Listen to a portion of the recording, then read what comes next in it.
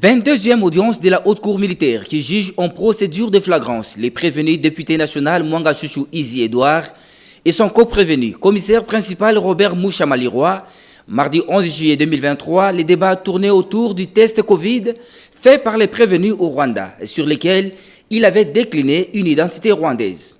La défense, qui a amené une pièce similaire, a qualifié celle présentée par le ministère public de faux. Quand on dit c'est un faux, ça signifie que le ministère public l'a fabriqué, comme il vient de le dire. Quand on dit c'est un faux, ça signifie que les éléments contenus dans ce test-là ne sont pas conformes à la vérité.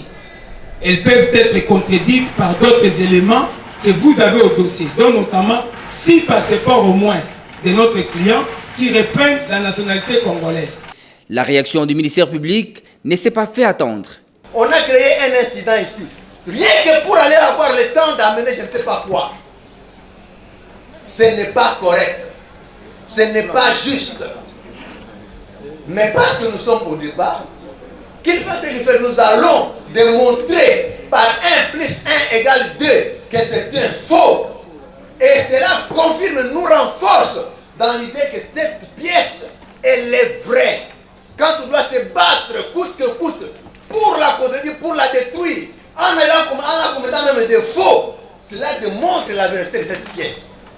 Un argumentaire soutenu par la partie civile République démocratique du Congo. La pièce présentée par la défense est fausse.